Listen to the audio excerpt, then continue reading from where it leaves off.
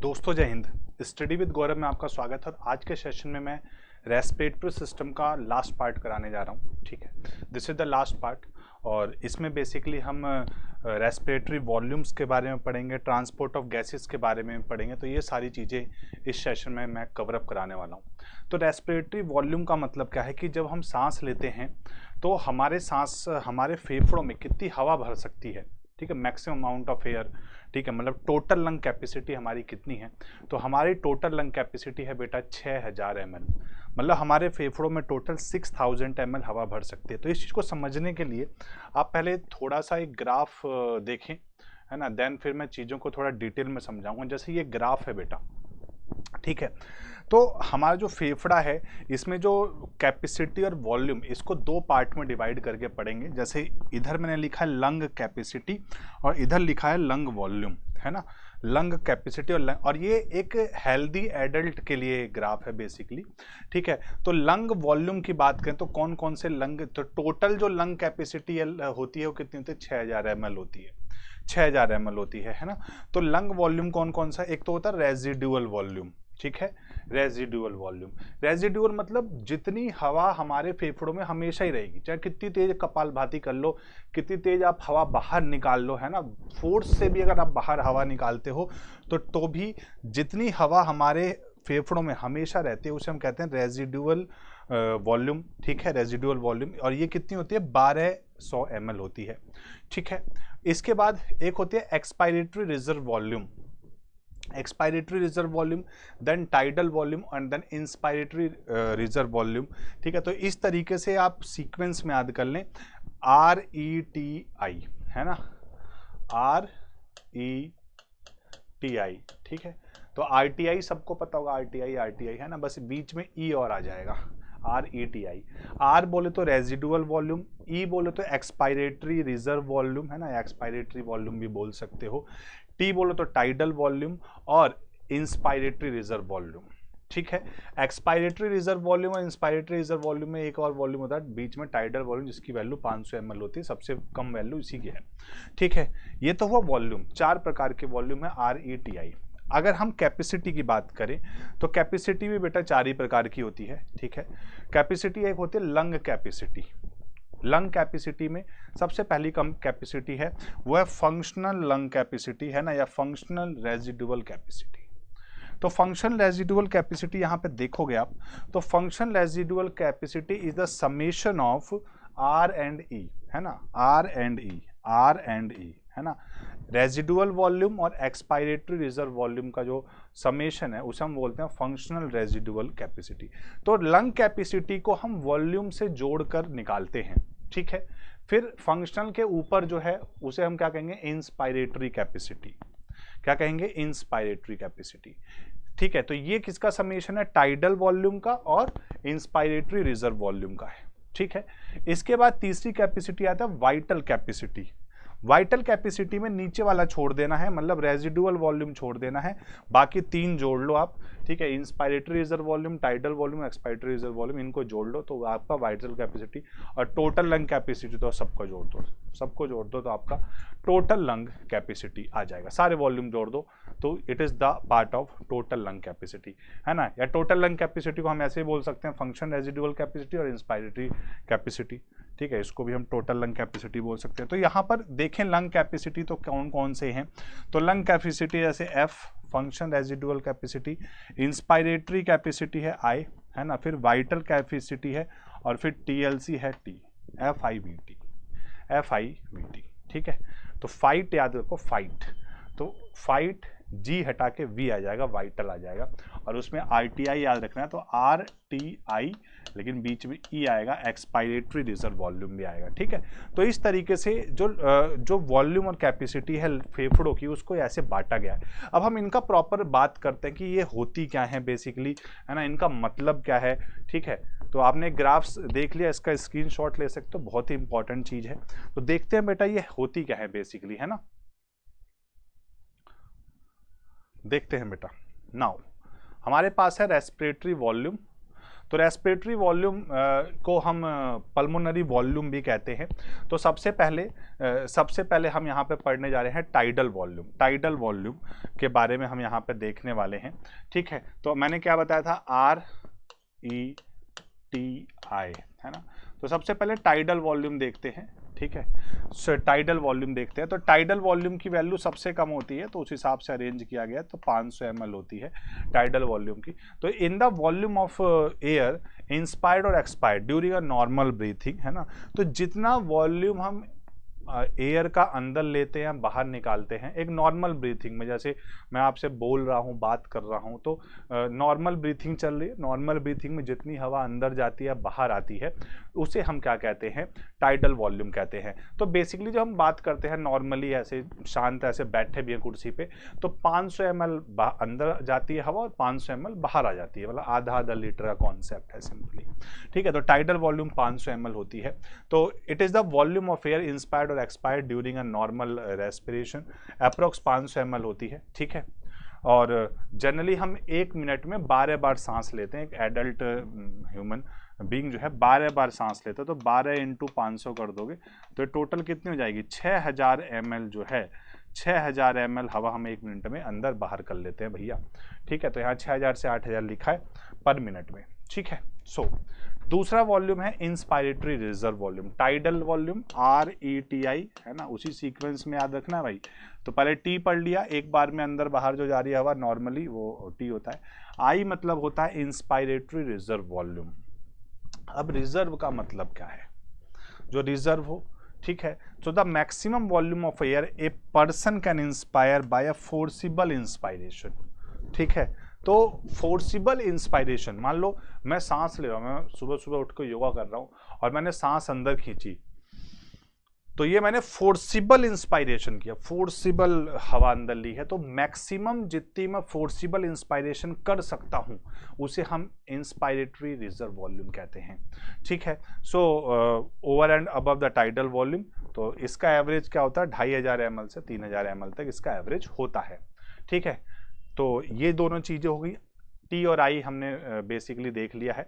सो tidal volume क्या होता है, टाइडल वॉल्यूम होता है नॉर्मली जो हम कर रहे हैं फोर्सिबल इंस्पायरेशन, मतलब इनहेलेशन करेंगे, है ना।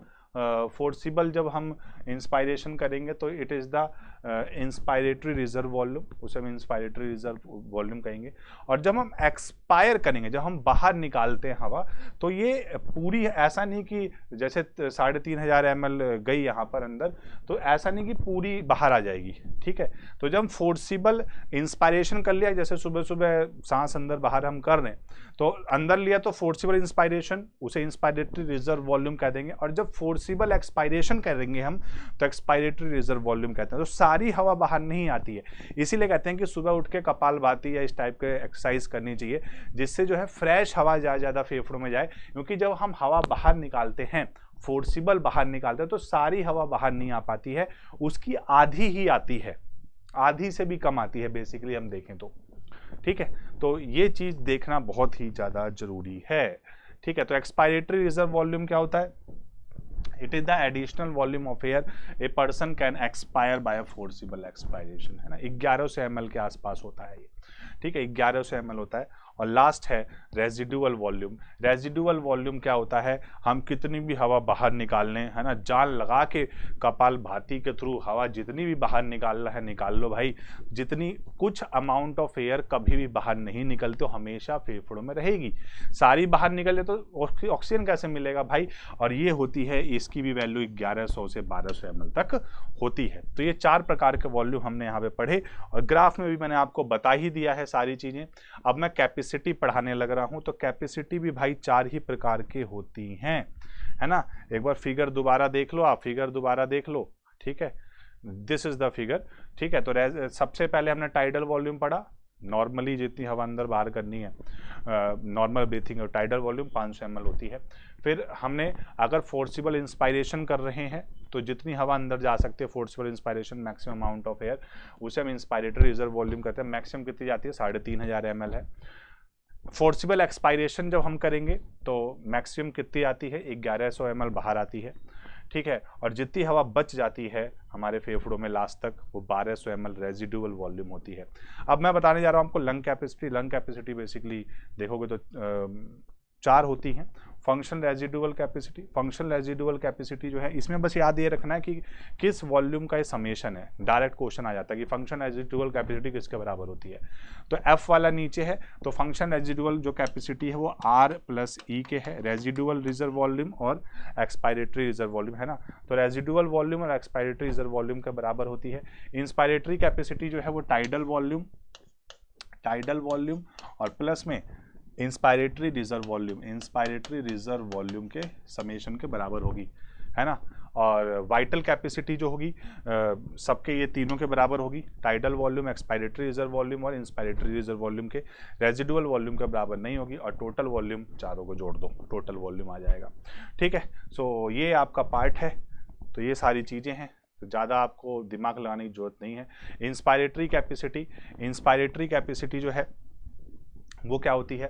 इंस्पायरेटरी कैपेसिटी जो होती है बेटा वो बेसिकली टाइडल वॉल्यूम और इंस्पायरेटरी रिजर्व वॉल्यूम के बराबर होती है। टाइडल वॉल्यूम और इंस्पायरेटरी रिजर्व वॉल्यूम के बराबर होती है, ठीक है। So it is the total volume of air a person can inspire after normal expiration, ठीक है। It includes the tidal volume and inspiratory reserve volume. तो ऑब्वियस सी बात है, नॉर्मल एक्सपायरेशन के बाद जो एक्सपायरेशन हम कर लेते हैं उसके बाद मैक्सिमम जितनी हवा अंदर भर सकता है उसको हम इंस्पायरेटरी रिजर्व वॉल्यूम कहेंगे।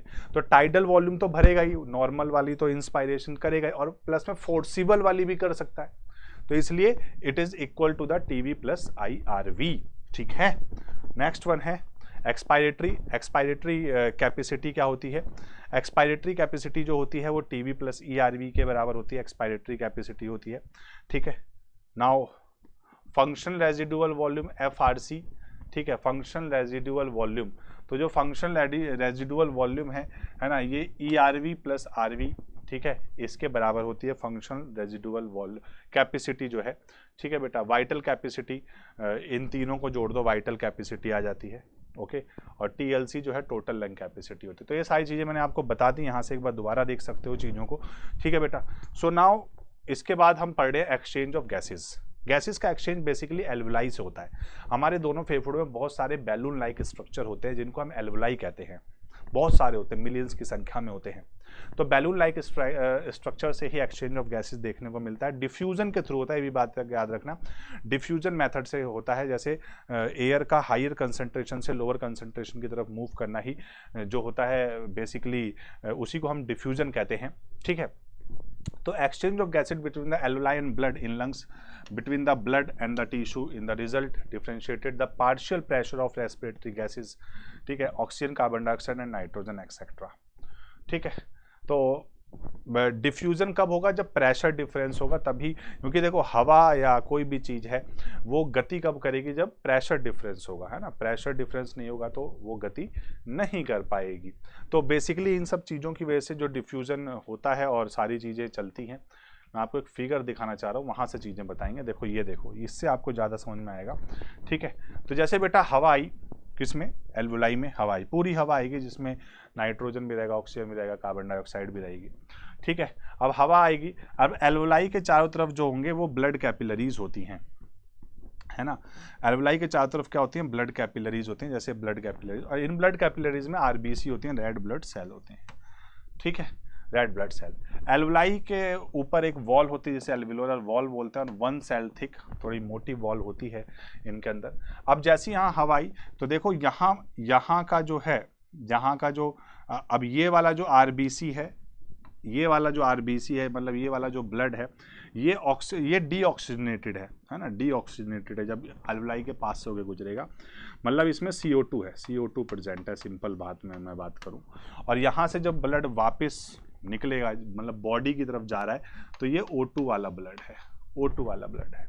तो जैसे यहाँ पर आएगा, क्योंकि बाहर से जब हवा आएगी तो इस एयर के अंदर बेटा CO2 की मात्रा जो होगी वो कम होगी, क्योंकि हमारे एयर में 0.03% CO2 होता है, CO2 कम होगा और O2 जो है वो ज़्यादा होगा, जो बाहर से एनवायरनमेंट से जो हवा में मिल रही है। और ये जो ब्लड है इसमें CO2 ज़्यादा होगा, ये जो ब्लड है बेटा इसमें CO2 ज़्यादा होगा और O2 कम होगा लेकिन बहुत कम होगा, ठीक है। अब क्या होगा, CO2 का प्रेशर, CO2 कम है और यहाँ पर CO2 ज़्यादा है, जब ये इसके पास से होकर गुजर, यहाँ पे CO2 क्या है भाई, CO2 यहाँ पर ज़्यादा है, ठीक है। तो सिंपल डिफ्यूजन हो जाएगा, हायर कंसंट्रेशन से लोअर कंसंट्रेशन की तरफ डिफ्यूजन हो जाएगा। मतलब जो CO2 है वो यहाँ से यहाँ पास हो जाएगी, एल्वुलाई में चली जाएगी, और यहाँ पे O2 ज़्यादा और यहाँ पे O2 कम है, जब इसके पास आ रही है, जिस टाइम पे पास आई उस टाइम की बात कर रहा हूँ, तो O2 जो है वो इधर से इधर मूव कर जाएगा।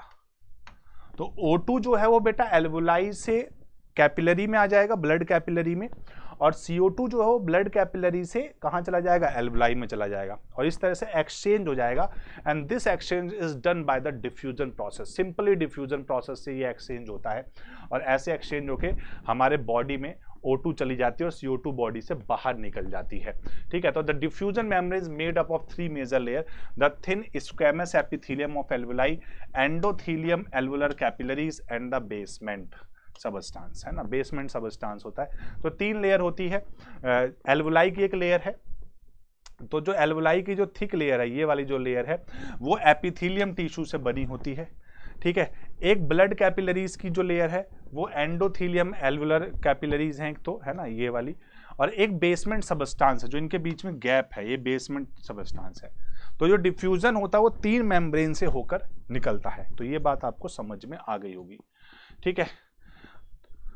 बाकी बेटा जितने भी फैक्टर्स हैं, all the factors in our body is favourable for diffusion of O2 from alveoli to the tissue and that of CO2 from the tissue to alveoli, है ना। तो ये दोनों चीज़ें मैंने अभी आपको बता ही दी हैं कि CO2 यहाँ से यहाँ आ जाएगा due to the pressure difference, और O2 जो है यहाँ से यहाँ चला जाएगा, क्योंकि O2 का कंटेंट यहाँ पे ज़्यादा है और CO2 का कंटेंट यहाँ पर कम है। यहाँ पर CO2 ज़्यादा है, CO2 यहाँ पर ज़्यादा और O2 यहाँ पर कम है भाई, ठीक है। तो simply partial pressure difference diffusion occurs via the 3 membranes, एक मेम्ब्रेन एल्वुलाई की हो गई, एक बेसमेंट सबस्टांस हो गया जो दोनों के बीच की गैपिंग है, और एक लेयर इसकी कैपिलरीज की हो गई, ठीक है। तो ये बात आपको समझ में आ गई होगी भाई, है ना। अब देखो ये बहुत इंपॉर्टेंट एक मैं चार्ट बना के लाया हूँ, है ना, तो इसको बहुत इंपॉर्टेंट है, ये याद कर लेना आप लोग। पार्शियल प्रेशर है ऑक्सीजन का, कार्बन डाइऑक्साइड का, different parts involve in the diffusion in comparison those in atmosphere, है ना। तो देखो भाई, क्योंकि 2 ही चीज ट्रांसपोर्ट होती है बॉडी के अंदर, ठीक है। लंग्स तक तो सब कुछ आता है, हवा में जो भी है, लेकिन फेफड़ों से जब ब्लड में चीजें आती है तो 2 ही गैस का यहाँ पर ट्रांसपोर्ट देखा जाता है। तो O2 जो है एटमॉस्फेरिक इंस्पायर्ड एयर जो है O2, उसमें कितना प्रेशर होता है, पार्शियल प्रेशर 159 होता है। CO2 कितना होता है, 0.3 होता है पार्शियल प्रेशर। एक्सपायर्ड एयर जब हवा बाहर निकलती है तो उस टाइम पे पार्शियल प्रेशर O2 का 116 होता है और CO2 का 32 होता है, क्योंकि कुछ हवा अपने अंदर से भी आई है ना, CO2 कुछ अंदर से भी आया है। एल्वुलर एयर में पार्शियल प्रेशर 104 और 40। डीऑक्सीजनेटेड ब्लड में देखोगे आप तो O2 का 40 होगा, CO2 का 45 होगा। ऑक्सीजनेटेड में O2 का 95 और CO2 का 40। मतलब ऐसा नहीं है कि CO2 पूरी ही खत्म हो जाती है जब लंग से ब्लड जाता है, CO2 रहती है लेकिन कम रहती है, और टिश्यूज में ये रेशियो है, ठीक है। इनहेल्ड एयर में अब परसेंटेज के बेस पे बताया, क्योंकि हमारे फेफड़ों तक ये 3 गैसेज आती हैं।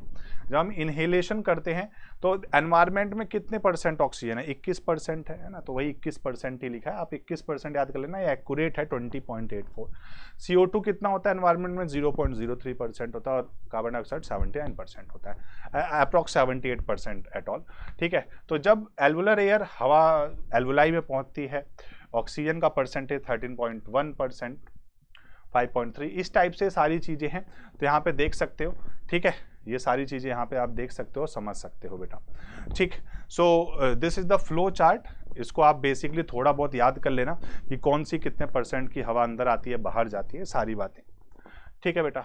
सो नाउ यहाँ पे अगर हम ध्यान से देखें, देखो ये एक डबल ब्लड सर्कुलेटरी सिस्टम है। तो फेफड़ों में ये हवा आई, एल्वुलाई में की बात हम कर रहे हैं। हवा जब अंदर आती है तो पार्शियल प्रेशर O2 का कितना होता है, 104 होता है, और CO2 का होता है 40 mmHg, ठीक है।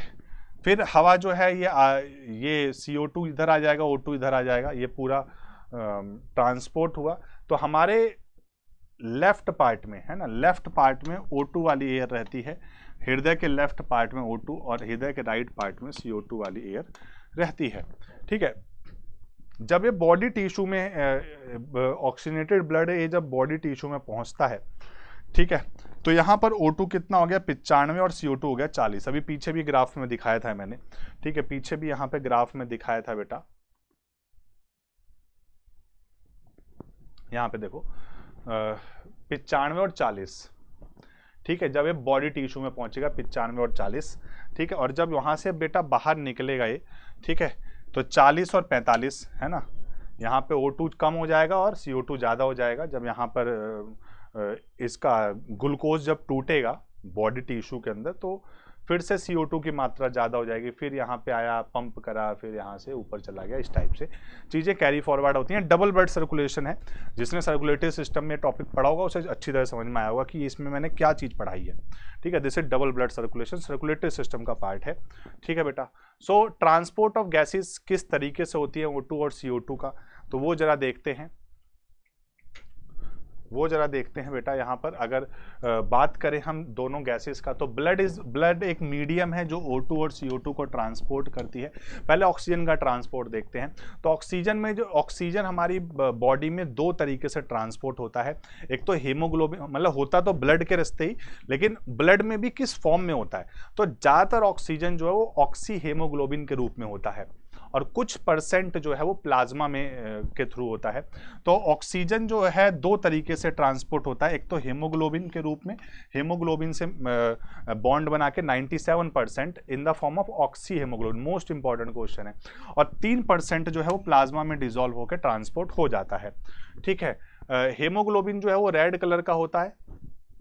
हेमोग्लोबिन जो है रेड कलर का पिगमेंट है, सबको पता आरबीसी में प्रेजेंट होता है, आरबीसी में कोई न्यूक्लियस नहीं होता है, और ऑक्सी हेमोग्लोबिन इसको हम कहते हैं। ठीक है, ये हेमोग्लोबिन है भाई, ऑक्सीजन यहाँ से अटैच हुआ और क्या बना लिया, oxy haemoglobin. It is oxy haemoglobin, Hb4O8 है ना, ऑक्सी हेमोग्लोबिन। तो 97% जो ऑक्सीजन है बॉडी में वो किस रूप में ट्रांसपोर्ट होती है, ऑक्सी हेमोग्लोबिन के रूप में ट्रांसपोर्ट होती है।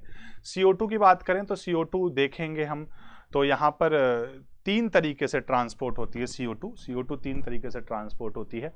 ठीक है, तो CO2 by blood is much easier than that of oxygen due to the high solubility of CO2 in water. ठीक है, तो CO2 बहुत ईजिली ट्रांसपोर्ट हो जाती है क्योंकि CO2 की जो सॉल्युबिलिटी पानी में है वो ज़्यादा है ऑक्सीजन से, लगभग 20 गुना ज़्यादा है। 20 गुना CO2 की जो सॉल्युबिलिटी होती है पानी में वो ज़्यादा होती है। ठीक है, so each decilitre of blood, her decilitre में ब्लड के 3.7 ml CO2 पाई जाती है। ये भी एक फैक्ट है, याद कर लेना भाई। तो कार्बन डाइऑक्साइड तीन तरीके से ट्रांसपोर्ट होती है बॉडी में और ऑक्सीजन दो तरीके से होती है। तो कौन कौन सा होता है, सबसे ज़्यादा कार्बन डाइऑक्साइड, ये 70%, ये पूछ सकता है कि सबसे ज़्यादा कार्बन डाइऑक्साइड बॉडी में किस रूप में ट्रांसपोर्ट होती है, तो बाइकार्बोनेट के फॉर्म में ट्रांसपोर्ट होती है। तो 7% जो है वो प्लाज्मा में जाती है, कार्बोनिक एसिड के रूप में ट्रांसपोर्ट होती है प्लाज्मा के द्वारा कार्बोनिक एसिड में। 23% जो है वो हेमोग्लोबिन के थ्रू ट्रांसपोर्ट होती है, कार्ब अमीनो हेमोग्लोबिन के रूप में ट्रांसपोर्ट होती है, हेमोग्लोबिन से बॉन्ड बना के। जैसे ऑक्सीजन जो है वो 97% हेमोग्लोबिन से ट्रांसपोर्ट होती है, किस फॉर्म में होती है, ऑक्सी हेमोग्लोबिन में। इसी तरह से यहाँ पर कार्बन डाइऑक्साइड सिर्फ 23% हेमोग्लोबिन से ट्रांसपोर्ट होती है, और किस रूप में होती है, carb amino haemoglobin. 7% carbonic acid मतलब प्लाज्मा के रूप में ट्रांसपोर्ट, 70% बाइकार्बोनेट के रूप में ट्रांसपोर्ट होती है। ठीक है, और इसके लिए एक रिएक्शन होती है, कैटलाइज रिएक्शन है in red blood cell. Red blood cells के अंदर ये रिएक्शंस कैरी फॉरवर्ड होती है। ठीक है, तो वो रिएक्शन देखते हैं जो 70% वाली ये रिएक्शन, ये इंपॉर्टेंट है क्योंकि 70% कार्बन डाइऑक्साइड जो आरबीसी के थ्रू और ये ट्रांसपोर्ट हो रही है, ये रिएक्शन देखो यहाँ पर आपको समझ में आ रही होगी कुछ चीज़ें। तो ये रिएक्शन हम देखेंगे। तो एक एंजाइम होता है कार्बोनिक एनहाइड्रेज। ठीक है, कार्बोनिक एनहाइड्रेज की प्रेजेंस में यहाँ पर कार्बोनेट के फॉर्म में, बाइकार्बोनेट के फॉर्म में यहाँ पे ट्रांसपोर्टेशन देखने को मिलता है, और ये जो है आरबीसी के थ्रू ये सारी चीज़ें होती हैं। तो RBC contains a very high concentration of the enzyme carbonic anhydrase. RBC जो है इसके अंदर कार्बोनिक एनहाइड्रेज प्रेजेंट होता है, and and minute quantities of the same is present in the plasma tube, है ना। तो कार्बोनिक एनहाइड्रेस का कुछ पार्ट जो है वो प्लाज्मा में पाया जाता है, लेकिन ज्यादातर हिस्सा जो है आरबीसी में होता है। This enzyme facilitate the following reaction, दोनों डायरेक्शन में रिएक्शन होती है, और 70% कार्बन डाइऑक्साइड जो है वो बाइकार्बोनेट के रूप में ट्रांसपोर्ट होती है। तो 3 तरीके से कार्बन डाइऑक्साइड होती है, 2 तरीके से कौन सी होती है बेटा, ऑक्सीजन ट्रांसपोर्ट होती है, ठीक है। तो ये सारी चीज़ें हैं। तो आज के लिए इतना ही, बाकी ये टॉपिक मैंने पूरा खत्म करा दिया, रेस्पिरेटरी सिस्टम। मिलते हैं बेटा नेक्स्ट टॉपिक में, तब तक के लिए take care, bye bye, love you and जय हिंद दोस्तों। और चैनल को सब्सक्राइब, शेयर, लाइक सब कर दीजिए। बाकी मिलते हैं। Now take your time and again जय हिंद दोस्तों।